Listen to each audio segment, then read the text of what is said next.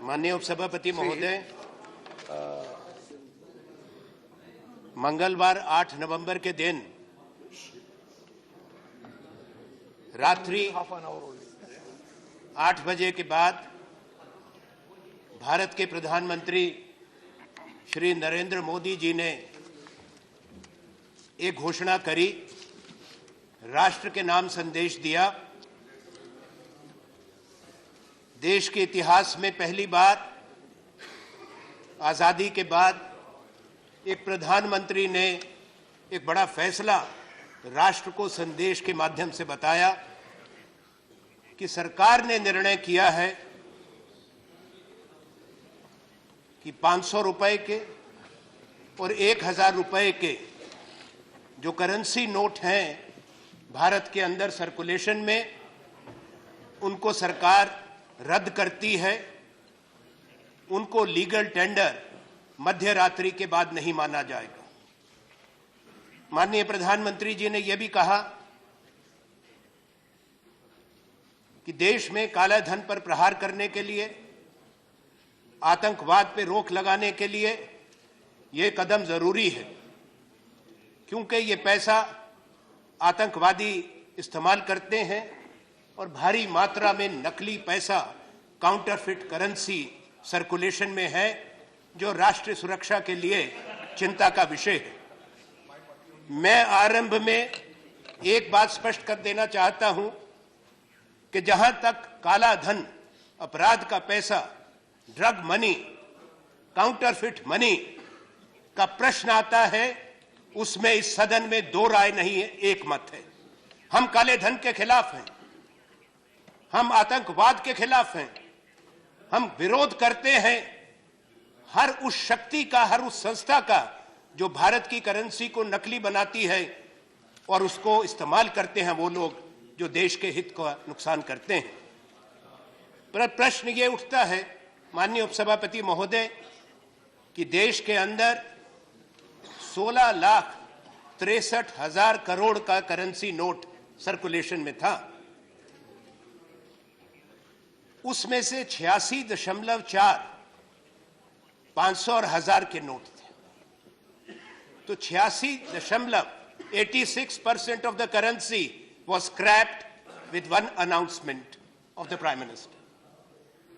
अब प्रश्न ये है कि जब ये निर्णय किया, वित्त मंत्री मौजूद हैं, आप जानते हैं कि मॉनेटरी पॉलिसी पे रिजर्व बैंक का अधिकार है। क्या ये सोच समझ के सरकार ने तय किया था कि 86% पैसा जो बाजार के अंदर है हिंदुस्तान के, वो अधिकांश नकली पैसा है? ये प्रश्न उठता है। वो काले धन का पैसा है? ये बुनियादी सवाल आपसे है, क्योंकि भारत में जो कैश टू जीडीपी रेशो है वो 12 और 14% के बीच में है।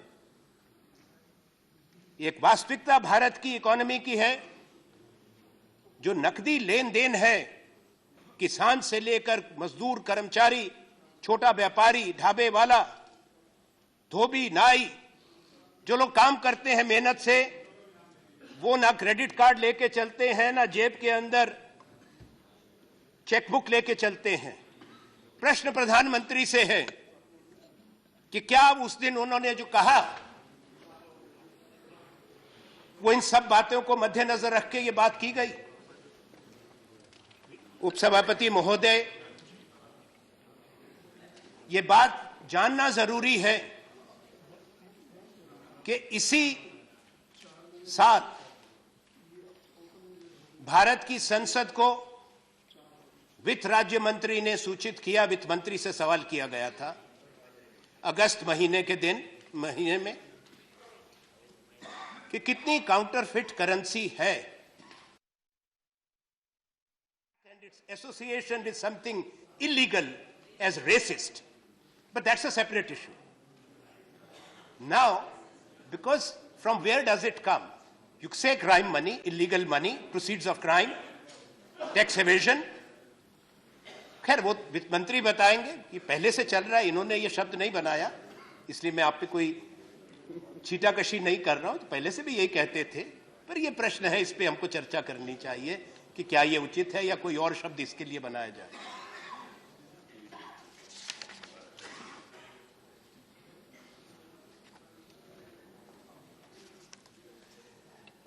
उपसभापति महोदय, इसलिए ये सरकार को बताना पड़ेगा कि प्रधानमंत्री जी ने जो उस दिन कहा कि क्या वास्तविक तौर पर जो पैसा हिंदुस्तान के बाजार में था, घरों में था, गृहिणियों के पास था, किसान के पास था, मजदूर के पास था, उसकी पगार का था, सरकारी कर्मचारी के पास था, क्या वो पैसा काला धन था? यह प्रश्न उठता। पूरी दुनिया में एक संदेश गया कि हिंदुस्तान की इकोनॉमी केवल काले धन पर टिकी हुई है, केवल अपराधी, कालाबाजारी और नकली नोट रखने वाले हिंदुस्तान की इकोनॉमी को चलाते हैं। यह अफसोस की बात है। आप निर्णय करें, पूरे देश को कलंकित मत करें। यह एक हकीकत है उपसभापति महोदय कि हमारी इकोनॉमी में कृषि का एक विशेष योगदान है। किसान मेहनत करता है, उसकी खून पसीने की कमाई है, वो दिन रात धूप में बरसात में मेहनत करता है, इसलिए हिंदुस्तान को हाथ नहीं फैलाना पड़ता, भीख नहीं मांगनी पड़ती। हिंदुस्तान अपना पेट खुद भरता है और अन्नदाता हमारा किसान है, जो धरती को जोतता है, मेहनत करता है, वो अपनी फसल को लेके मंडी में आता है। आपकी एग्रेरियन इकोनॉमी है क्या? वो टेम्पो में लाता है फसल को, ट्रैक्टर में लाता है, भाड़े की गाड़ी में लाता है। वो जब मंडी में बेचता है उसको नकद में भुगतान होता है, कई बार पूरी कीमत भी नहीं मिल पाती। ये एक हकीकत है हिंदुस्तान की। क्या वो किसान जो मंडी में उसकी फसल की कीमत उसको अदा की जाती है नकदी में, क्या वो किसान काला धन लेकर आता है, काला धन लेकर जाता है? ये प्रश्न उठता है। किसान बीज खरीदता है। आपने फैसला किया जब खरीफ की फसल की कीमत किसान को मिलनी अभी बाकी है, रबी की फसल की बिजाई शुरू होनी है, किसान को बीज खरीदना है, किसान को खाद खरीदनी है। आज क्या हालात आपने की है कि वो सब काला धन है? इतना नहीं हुआ, करोड़ों खेत मजदूर काम कर रहे हैं हिंदुस्तान के खेतों के अंदर। तमाम खेत मजदूर आज बेकार हो गए। जो 200 रुपए दिन की दिहाड़ी पाता है, वो एक सप्ताह से लाइन में लगा है, कतार में खड़ा है, किसी तरह से 2,000 रुपया मिल जाए वो भी नहीं निकलता, मशीन काम नहीं करती, लंबी लंबी कतारें लगी हैं, करोड़ों लोग लाइनों के अंदर हैं। पर केवल वहीं तक सीमित नहीं है। मेरा प्रश्न ये है कि देश के अधिकांश लोग जो बाहर खाना खाते हैं वो छोटे छोटे ढाबों के अंदर जाते हैं। तो क्या वित्त मंत्री ये चाहते हैं कि हिंदुस्तान का कौन सा किसान ऐसा है जो अपनी धोती तहमत के अंदर क्रेडिट कार्ड की स्वाइप मशीन बांध कर आता है, चेकबुक धोती में बांध कर आता है?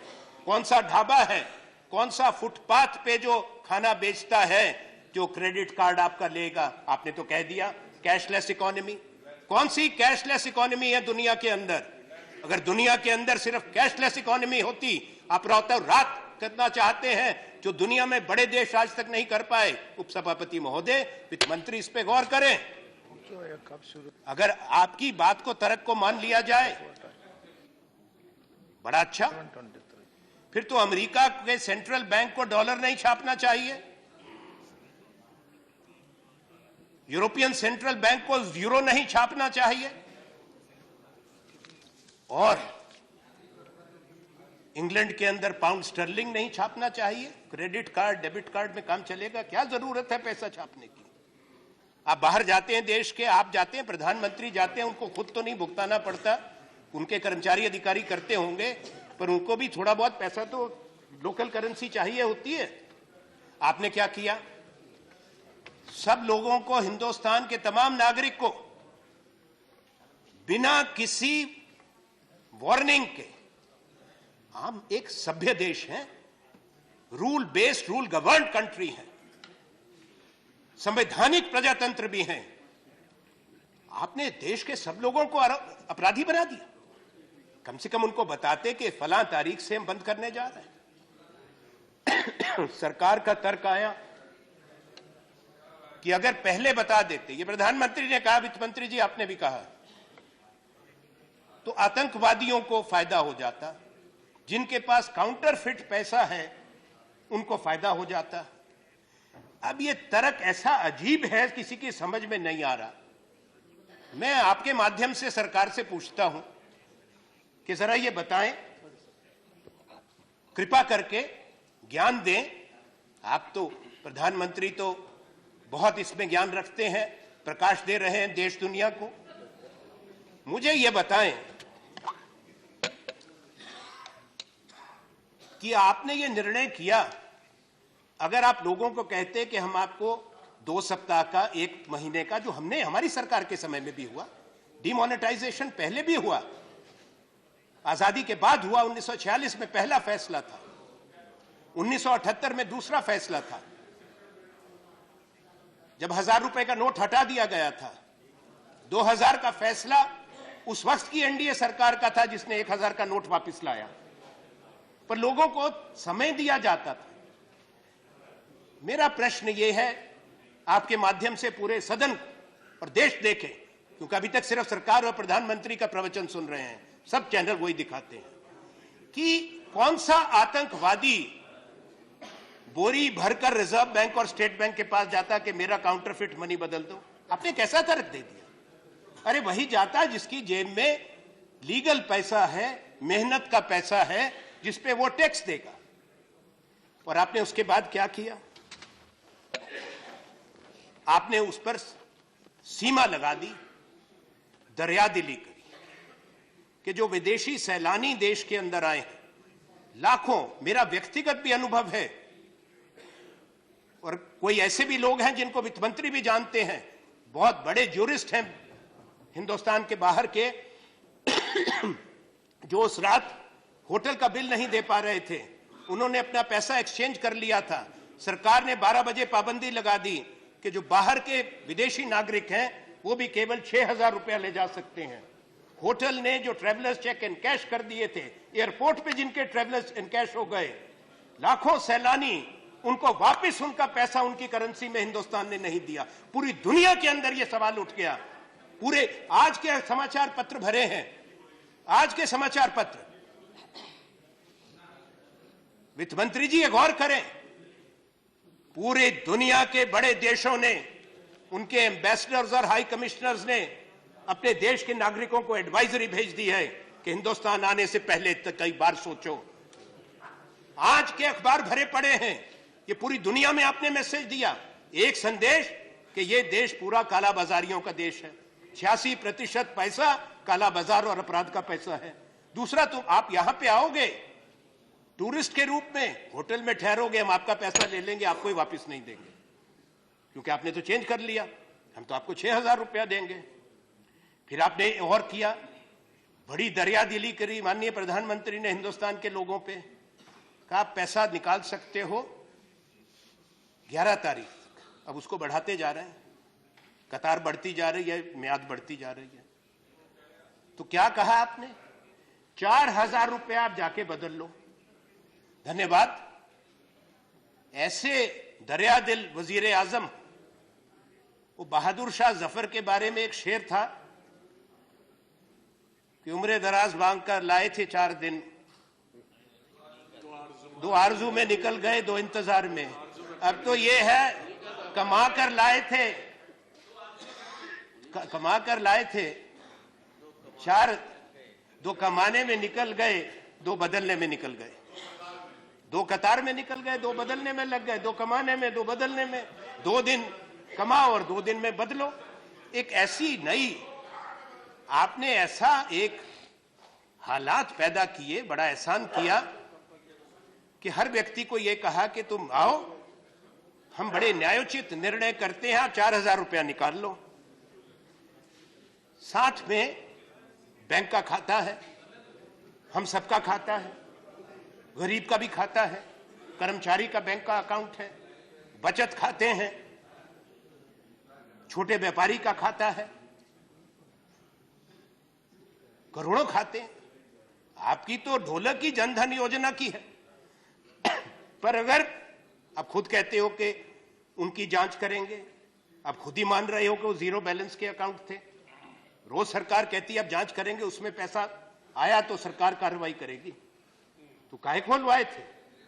पर दूसरी बात एक है, एक सरकारी कर्मचारी है, एक छोटा मजदूर है जो खेत में काम करता है, एक मजदूर है जो सिर पे ईंट मिट्टी लेके इमारतें बनाते हैं, कंस्ट्रक्शन लेबर है, कोई और लोग हैं जो सर्विस सेक्टर में हैं, हम सब लोग हैं, हमारे खाते हैं, हम उस पे टैक्स देते हैं, सरकार टैक्स लेती है, उसको आप कौन से पैसा कहेंगे?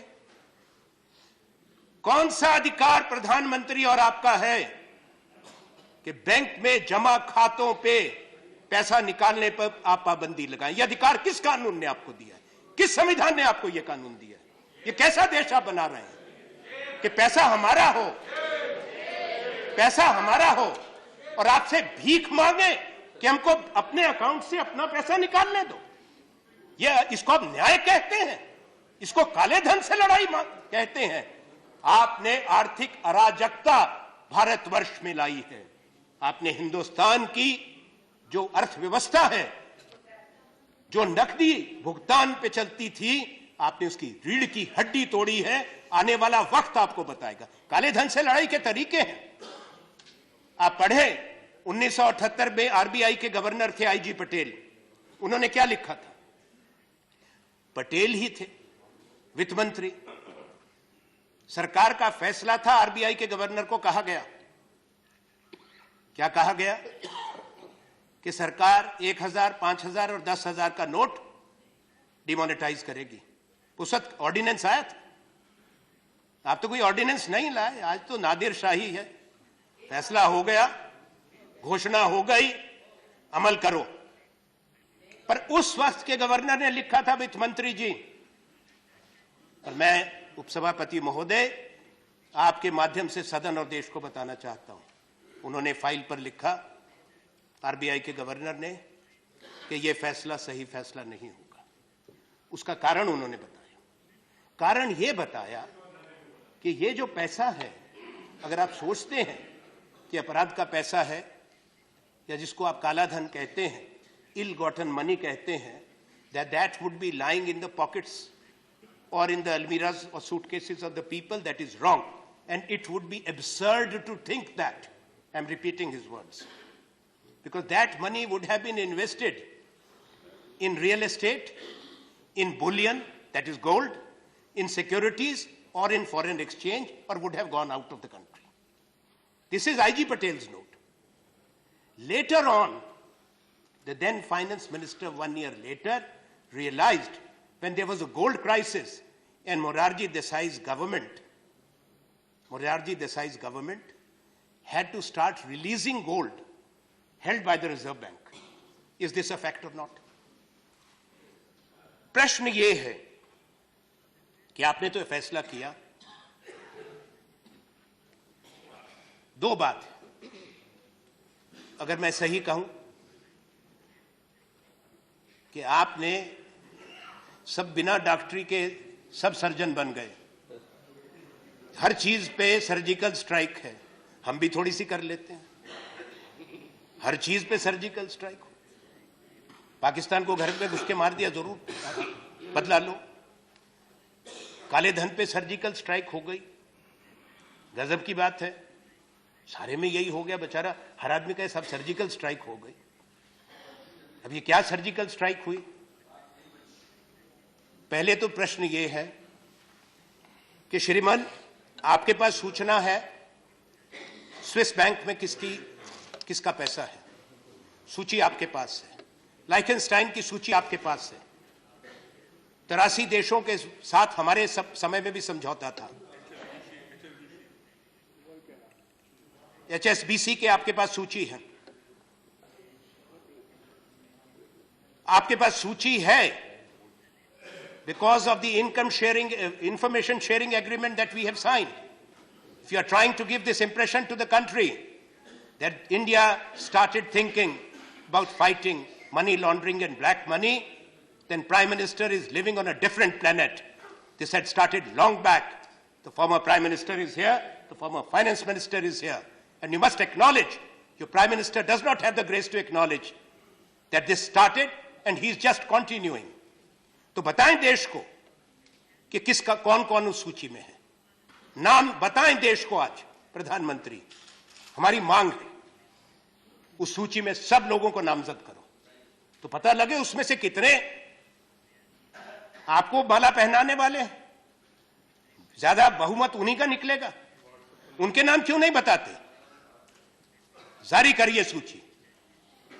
काले धन की बात करते हैं, लोगों के, गरीबों के पैसे की बात करते हैं, तो सूची जारी करे सरकार तमाम उन लोगों की जिन्होंने भारत के बैंक से, जहां पे गरीब का, किसान का, मजदूर का, कर्मचारी का पैसा है, 5,000 करोड़ से ज्यादा पैसा कर्जे में लिया है और वापस नहीं किया है, और 50-50 हजार करोड़ के, 80-80 हजार करोड़ के कर्जों को आपने रिस्ट्रक्चर किया है 2 साल के अंदर। ये बताएं कि 2 साल में कितने दसियों हजार करोड़ के आपने कर्जे माफ किए हैं। उन लोगों के नाम बताएं जिनके आपने कर्जे माफ किए। आपने किसान का एनपीएस कितने हैं? 8 लाख करोड़। आपने किसान का कर्जा माफ किया? किसको फायदा हुआ आपके फैसलों से? आपकी नाक के नीचे से लोग जा रहे हैं, जिन पे पीएमएलए के केसेस हैं, उनको आप नहीं पकड़ते हैं। आपकी सारी सरकारी तंत्र, आपका सारा शासन तंत्र मान्य उन लोगों के लिए है, लाभ उनको पहुंचाओ जो आपके मित्र हैं, चोट उनको पहुंचाओ जो आपसे सवाल करें। उपसभापति महोदय, एक गंभीर बात मैं सब माननीय सदस्यों के सामने लाना चाहता हूं। ये देश साझा है, हम सबका देश है। ये बात नहीं कि आप सरकार है तो भारत आपका हो गया, हम सरकार में थे तो देश हमारा था, हम विपक्ष में हैं तो हम गैर भारतवासी हो गए। ये आपने एक वातावरण बना दिया है कि आज सवाल नहीं कर सकते। सरकार है, आपने कह दिया। अगर आप कोई प्रश्न करते हैं तो राष्ट्रभक्ति की बपौती आपके पास है, बाकी की राष्ट्रभक्ति पे प्रश्न चिन्ह है। क्या आप राष्ट्रभक्त नहीं है? अगर आप कहो कि भाई उरी के बाद हमला हो गया, बारामूला में हो गया, पांपोर में हो गया, सब्जियां में हो गया, अखनूर में हमला हो गया, हमारे फौज के अफसर मारे जा रहे हैं, सैनिक मारे जा रहे हैं। भाई साहब, आप तो मरीज की सर्जरी करके आए थे, सर्जरी करने के बाद तो फिर सारा मामला ठीक हो गया, उसके बाद हमारे फौजी क्यों मरते हैं? सवाल मत करिए। ये सेना के खिलाफ है, ये देश के खिलाफ है, ये प्रजातंत्र है। नरेंद्र मोदी जी तो आएंगे नहीं हमारी बात सुनने। अब आप कितनी सुना सकते हैं? आप तो सज्जन हैं, सदन के नेता भी हैं, जो कहे थोड़ा बहुत सुना देना कि भाई हमने ये कहा है। शायद कमरे में बैठ के सुनते होंगे, क्योंकि आज तक तो वही सुनाते हैं, एक तरफी बात होती है, वो सुनाते हैं, सब सुनते हैं, यही हालात है। तो आज सवाल ये है, हालात ऐसे पैदा हो चुके हैं कि आपने ये फैसला किया, हम कहें आपने सूचना क्यों नहीं, आतंकवादियों को फायदा होता, आप उनकी मदद की बात करते हो, काला धन वालों को फायदा होता, आप उनकी बात करते हो। दिन बैंक में उपलब्ध होनी चाहिए थी। आपने कहा वो एटीएम को रिकैलिब्रेट करेंगे, आपने कहा, प्रधानमंत्री ने कहा, तो 9 नवंबर को बैंक बंद रहेंगे, 9 नवंबर को एटीएम बंद रहेंगे। ठीक बात। फिर 10 नवंबर से क्या हुआ? बैंक में पैसा नहीं, वो 2000 काला धन से लड़ने चले हो उपसभापति महोदय। 500 रुपए का नोट और 1000 का नोट रद्द कर दो और 2000 का नोट ले आए, जो रंग छोड़ रहा है, जो बचपन में हमको मिलता था चूर्ण के पुड़िया के अंदर, वैसे रंग का एक 2000 का नोट ले आया जो कोई चाहता नहीं है। अब 2000 का नोट लेके गरीब आदमी कहां जाए, किसके पास उसका भुगतान करे? सब्जी वाले के पास जाएगा, वो छूटा नहीं है, ढाबे में जाएगा, छूटा नहीं है। अब ये बचपन में हमको दिखता था, आपने भी देखा होगा। इससे जो लोग हिंदुस्तान के स्कूल में गए हैं, प्रधानमंत्री भी पाठशाला गए हैं, ये बचपन में मिलता था हमको। और एक खेल भी होता था, उसमें वही पुड़िया मिलती थी।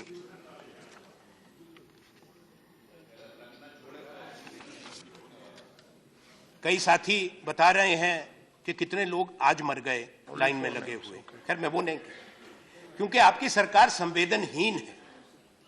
मुझे बड़े दुख के साथ एक बात कहनी पड़ती है। प्रधानमंत्री ने राष्ट्र के नाम एक नहीं अब 5 प्रवचन दे दिए, संदेश। गोवा में दिया,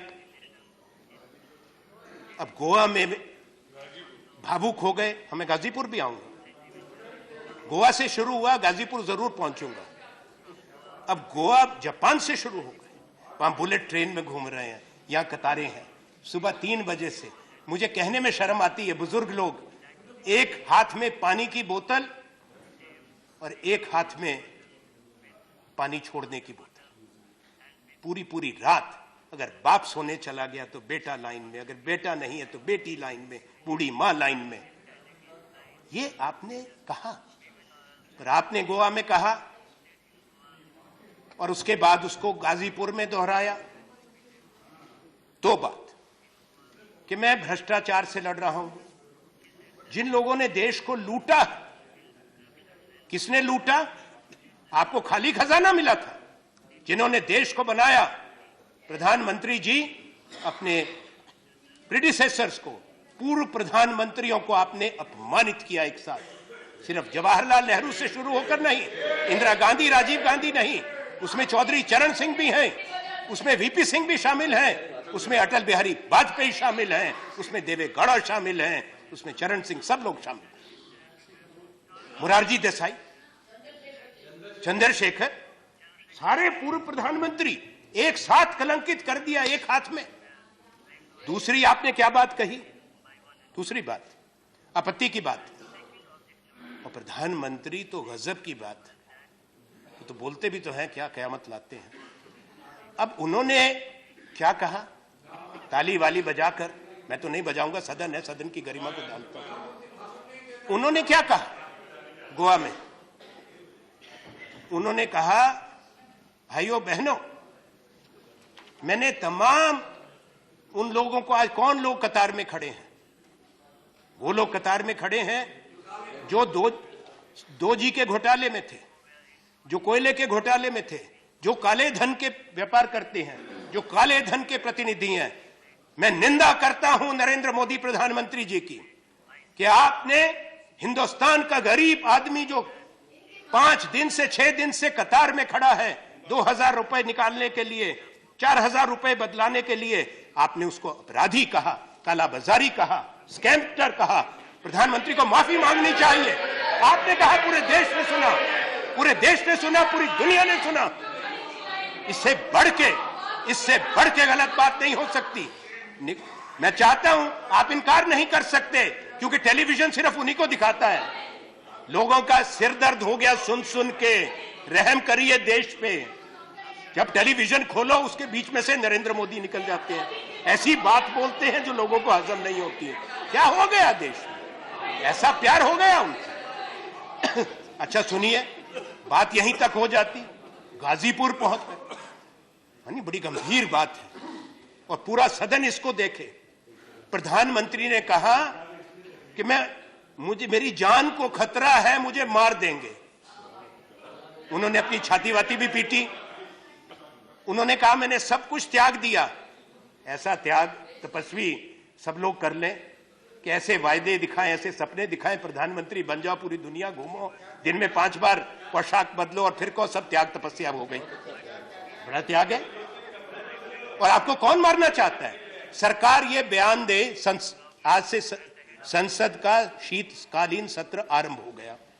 अब आप बताओ प्रधानमंत्री जी, गृह मंत्री, कि प्रधानमंत्री ये क्या सूचना सरकार के पास है? कौन सी साजिश है? कौन से संगठन है कौन से लोग हैं जो भारत के प्रधानमंत्री की हत्या करना चाहते हैं, ये बताना पड़ेगा आपको।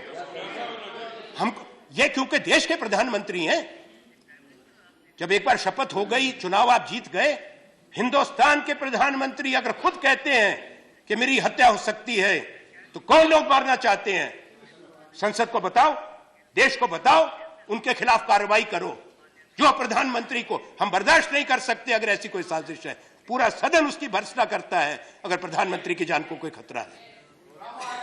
पर अगर एक भावुकता को आप ग्रहण करके एक भ्रामक प्रचार करो, वो गरीब, वो मजदूर, वो लाचार, वो किसान, उनको कलंकित करने के बाद इस तरह के भावनाओं को भड़काओ, ये न्यायोचित नहीं। मलहम लगाने की जगह कि भाई एटीएम चलवा दो, उस पे नमक मिर्च प्रधानमंत्री, वित्त मंत्री आप लोग लगा रहे हैं। रोज जो पैसा मांग रहा है, लोगों की बेटियों की शादियां रद्द हो गई, पिताओं ने, माताओं ने आत्महत्याएं कर ली, बारातें वापस जा रही हैं, प्राइवेट अस्पताल पैसा नहीं ले रहा, मरीजों की लाश को रिलीज नहीं कर रहा, मरीज वहां तड़प रहे हैं। ये पूरे हिंदुस्तान की कहानी है। आपको जिसकी बेटी की शादी टूट गई, जिसके बाप ने आत्महत्या कर ली, जो कतार में खड़े होकर मर गए, कोई संवेदन है? आप संवेदनहीनता से काम ले रहे हैं।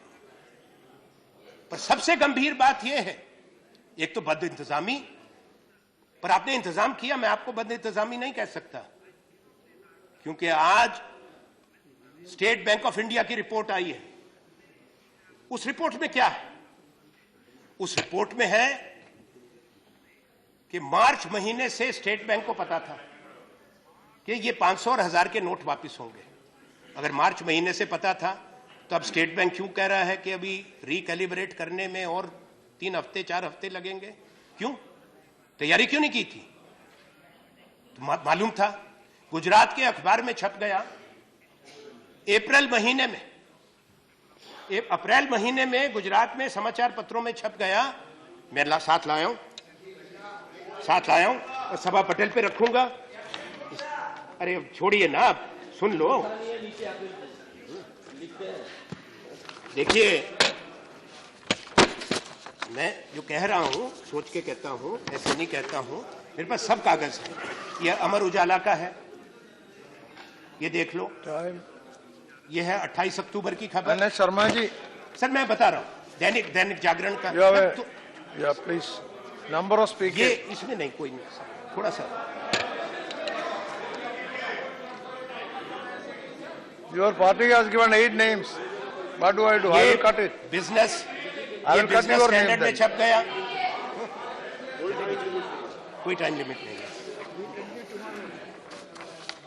साहब। ये देखिए, गुजरात के समाचार पत्र में अप्रैल महीने में खबर। स्टेट बैंक ऑफ इंडिया की रिपोर्ट जो है, मार्च में उन्होंने रिपोर्ट तैयार कर ली कि 500 और 1000 का नोट वापस होगा। 20 अक्टूबर को यह खबर बाहर आई, अंग्रेजी के अखबार में छप गई, 21 के। फिर दैनिक जागरण जो है, बड़ा अखबार है हिंदुस्तान का, दैनिक जागरण सब जानते हैं, आप भी जानते हैं। उन्होंने, आपका ये है, आपका उनसे झगड़ा तो नहीं हो सकता, झूठी खबर तो नहीं छापेंगे, उन्होंने भी छाप दिया। अब हुआ क्या है, ये गंभीर बात है कि जब बड़ा इतना फैसला होता है उसमें सीक्रेसी होती है, गोपनीयता होती है। प्रधानमंत्री ने और आपने कहा कि अगर हम लोगों को कह देते कि बदल लो, तो आतंकवादी पैसा बदल लेते, अपराधी बदल लेते। वाह, पर आपने गोपनीयता नहीं रखी। You never kept the secrecy. This information was selectively leaked. Your BJP units have deposited crores. इसलिए मेरी आज ये मांग है, अभी बताएंगे, अभी नहीं, इन पे नहीं मैं कह रहा हूं, मैं वित्त मंत्री जी का आदर करता हूं, इनको नहीं कह रहा। मेरी इस समय वित्त मंत्री के साथ पूर्ण सहानुभूति है। आप नेता सदन भी हैं, मित्र हैं, इतने उच्च कोटि के विद्वान हैं, आपसे नहीं शिकायत, ये तो व्यवस्था की बात है। यहां तो हुकूमत ऐसी है, हमारे यहां एक राजस्थान में पुरानी कहावत थी, मैं आप लोगों की तरफ कह रहा हूं, इस तरफ नहीं, कि पंडित जी को कहनो है इसी गांव में रहनो है, बिलाऊ ले गई ऊंट को, हाँ जी कहनो है। तो आपका तो यही हिसाब है। मोदी जी कह दिया बिल्ली ले गई ऊंट को, आप भी कहोगे ले गई, मैंने भी देख लिया। तब सवाल एक है, अच्छा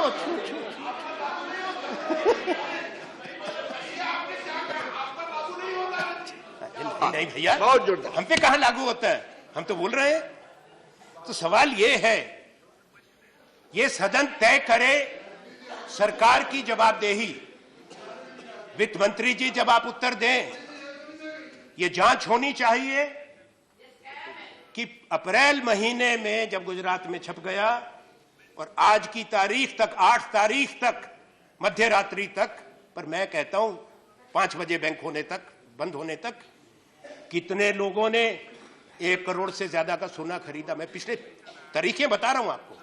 कितने लोगों ने फॉरेन करेंसी खरीदी, कितने लोगों ने बुलियन में इन्वेस्ट किया, और कितना पैसा, क्योंकि एक फाइनेंशियल इंटेग्रिटी यूनिट है, global financial integrity unit, they have come out with a report the amount of money which left India between April and September. ये बातें सामने लाओ, उन लोगों की लिस्ट भी सामने लाओ। पकड़ तो लिया आपने गरीब को, उसको बना दिया काले धन का व्यापारी, उसको बना दिया अपराधी, और खुद लेके चौपट हो गए। उन लोगों की कोई सूची नहीं है, क्योंकि वो आपके जब सूची निकलेगी तो हिंदुस्तान का सबसे बड़ा स्कैम काले धन को दूर करने के नाम पे सामने आएगा। उसकी जांच होनी चाहिए। अगर हम मांग करते हैं तो क्यों मांग करते हो, आपत्ति करते हैं क्यों आपत्ति करते हो, तो ये बात आप बंद कर दें। प्रतिपक्ष का एक कर्तव्य है, मैंने आरंभ में कहा, दोहराता हूं अंत में, काले धन के खिलाफ इस देश में कई बार कदम उठाए गए, बड़े कानून लाए गए, सूचना का अधिकार का कानून भी आया, विसल ब्लोअर एक्ट की भी बात हुई, जुडिशियल अकाउंटेबिलिटी बिल की बात हुई, प्रिवेंशन ऑफ करप्शन एक्ट आया, मनी लॉन्ड्रिंग जिसको आप डाइल्यूट करना चाहते हैं, prevention of money laundering act लाया, पहले तो लाया। तो ये दिखाना कि आप ही करते हैं, कृपा करके ऐसा मत करो। ये देश को इस तरह से मत बांटो कि राष्ट्रभक्त और ये राष्ट्र विरोधी, आप साधु संत तपस्वी, यहां सारे दूसरे। ये कृपा करिए, यहां पे भी सब लोग देश का सोचते हैं, पर आप गरीब का सोचो, देश की इकोनॉमी का सोचो। कहीं ऐसा ना हो, ये मित्र है आपके भी हमारे सबके, कि आपके वित्त मंत्री काल के अंदर देश की अर्थव्यवस्था ऐसी बिखरे कि आपको भी दुख हो, देश को दुख हो, और गरीब जो है आहत दे। मोदी जी को तो हम दीर्घायु की कामना करते हैं, और इस आग्रह के साथ कि वो बता दें कि क्या सूचना उनके पास है, क्योंकि कोई इसको बर्दाश्त नहीं करेगा हिंदुस्तान के प्रधानमंत्री को किसी तरह का कोई संकट हो। धन्यवाद। Thank you very much. Now, Sri